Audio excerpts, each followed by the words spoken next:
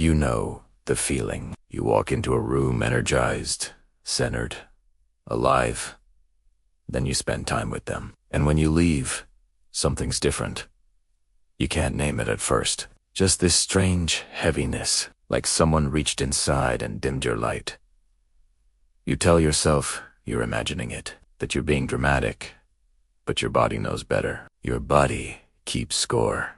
In 1912, Carl Jung made an observation that would revolutionize psychology. He was treating patients, brilliant, successful people who couldn't understand why they felt depleted after spending time with certain family members, colleagues, even lovers.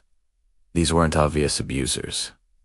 No screaming, no violence, no dramatic scenes, just exhaustion. Jung called them psychic vampires, not metaphorically, literally. Literally, people who unconsciously feed off the life force of others. But here's what most people missed. They're not evil. They're starving. And they learn to survive by taking what they co-ingenerate, the very thing you have in abundance. Authentic vitality. Jung discovered that every human being has what he called libido, not sexual energy, as Freud believed, but life energy itself. The force that animates, creates, connects. Some people have a direct connection to their own source. Others have learned to live as parasites, unconsciously draining energy from those around them. And they're remarkably good at it. They know exactly which words make you doubt yourself, which favors you can't refuse, which guilt buttons to press to keep you giving long after you're empty. They sense your light and they're magnetically drawn to it. Not to celebrate it, to consume Italiano. And the strangest part, you often don't realize it's happening, because energy vampires rarely attack. They don't take, they receive. With such apparent need, such vulnerability, such wounded innocence that you end up volunteering your energy, feeling honored to be chosen, until one day you wake up and realize you've forgotten what it feels like to be full. Jung studied these dynamics obsessively, not from textbooks, from his own life. His mother, Emily Jung, was what he'd later recognize as a textbook energy vampire. Depressed, unpredictable, emotionally hungry in a way that seemed bottomless. As a child, Jung learned early his job was to manage her moods, to be her emotional support system, to sacrifice his own needs for the illusion of family peace, and it nearly destroyed him. By age 6, he was having visions, nightmares, psychosomatic symptoms that baffled doctors, because his psyche was trying to warn him. This relationship is dangerous. You're disappearing. But children can't leave, so they adaptation. They learn to give what's demanded their attention, their energy, their very essence to keep the system stable. Jung called this the participation mystique, a psychological state where boundaries dissolve and you become unconsciously merged with another person's emotional world. You're no longer living your life. You're living theirs, feeling their feelings, solving their problems, carrying their unprocessed pain, and calling it fire. But it's not love. It's psychological cannibalism. And the most insidious part, the vampire often believes they're the victim. They genuinely feel depleted, misunderstood, abandoned, because they are, but not by you, by themselves. Jung identified 3 distinct types of energy vampires, and chances are you've encountered all of them. The emotional vampire. This is the person who turns every conversation into a therapy session with them as the patient, and you as the unpaid therapist. They don't want solutions. They want attention. The endless drama. The crises that's always 1 degree worse than yours. The way they can make their paper cut more urgent than your broken bone. You leave conversations with them feeling hollow, like you've been talking for hours, but somehow never said a word about yourself, because you haven't. Every interaction has been about their feelings, their problems, their needs. And when you try to redirect to share something about your own life, they either one-up you or zone out entirely, waiting for you to finish so they can get back to themselves. The intellectual vampire. These are subtler, often charming, always right. They don't drain your emotions, they drain your thoughts. Your ideas become their ideas. Your insights become their revelations. Your creative energy becomes their inspiration. The master questions, how did you figure that out? What's your process? Where do you get your ideas? And you feel flattered. Finally, someone who appreciates your mind until you realize they never share their own insights, never offer their own solutions, never give back. They just extract, like intellectual miners, digging into your consciousness and walking away with the gems. The spiritual vampire, perhaps the most dangerous of all, because they weaponize wisdom. They're always in spiritual crisis, always seeking, always learning, always one breakthrough away from enlightenment. But somehow, the seeking always requires your energy, your time, your guidance, your emotional labor. They position themselves as the eternal student and you as the reluctant teacher. And every interaction becomes about their growth, their journey, their awakening. They'll spend hours downloading your hard-won insights and then disappear, only to reappear months later, teaching your wisdom to others as if they discovered it themselves. But here's where Jung's analysis gets deeper. Energy vampires aren't randomly hunting for victims. They're magnetically drawn to specific types of people with what Jung called solar energy. Solar people generate their own light. They're creative, authentic, naturally giving. They have access to their own source of vitality, and they can't help but share it. Energy vampires sense this immediately, and they're drawn to it like moths to flame, because solar people have something they've forgotten how to access.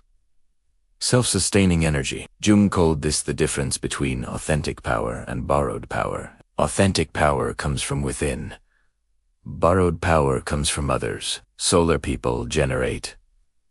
Vampires consume. And when they meet, the vampire doesn't see a person, they see salvation. Someone who can finally fill the void. But there's a cruel irony. The more energy you give to a vampire, the more you enable their disconnection from their own source.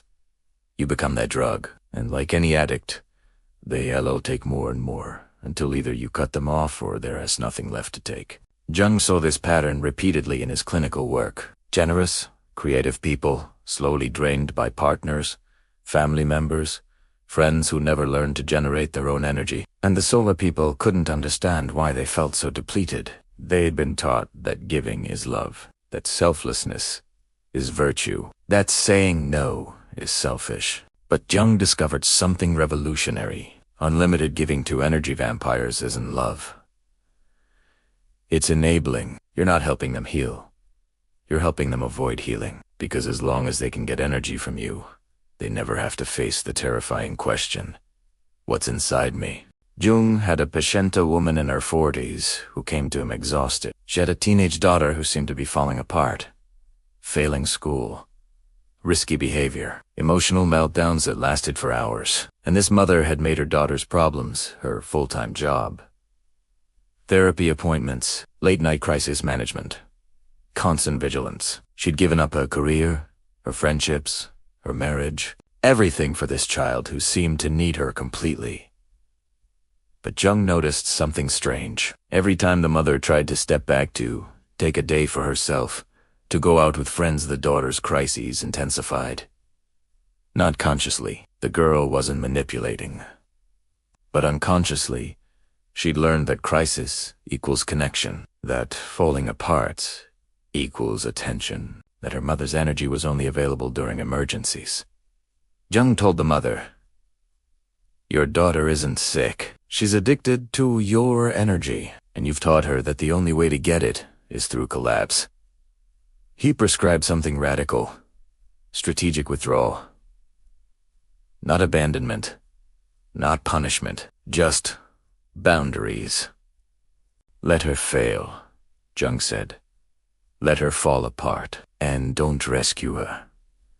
The mother was horrified. "But she'll learn," Jung interrupted, "that she has resources you never knew she had." It took 6 months. 6 months of the daughter escalating, threatening, pulling every manipulation she'd unconsciously learned. And then something shifted. She started solving her own problems, managing her own emotions, generating her own sense of worth. Because she had to. Jung called this individuation, Through necessity is a process by which people discover their own power only when their borrowed power is withdrawn. Every energy vampire, he wrote, is a solar person who forgot how to shine, but they can only remember when the substitute light is taken away. So how do you protect yourself without becoming cold? How do you give generously without being drained? Jung's answer was deceptively simple. You have to learn the difference between feeding someone and feeding someone's wound. When you feed a person, they grow stronger. When you feed a wound, the wound grows stronger and the person disappears. Energy vampires aren't asking you to see them, support them, believe in them. They're asking you to become them, to make their problems your problems, their emotions your emotions, their emptiness your responsibility. Jung developed what he called the container technique, a way to offer support without losing yourself.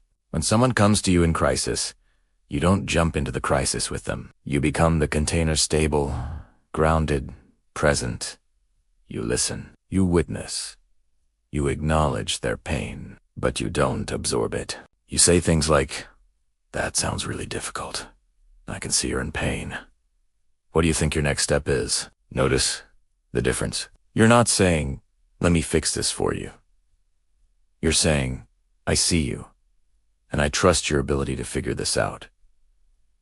It's compassionate, but it's not codependent. You care, but you don't carry. The vampire will resist this immediately. They'll escalate. They'll accuse you of being cold, selfish, uncaring. They'll find new crises that require immediate intervention, because your withdrawal threatens their survival strategy. Jung warned, the vampire will always test your boundaries before they respect them.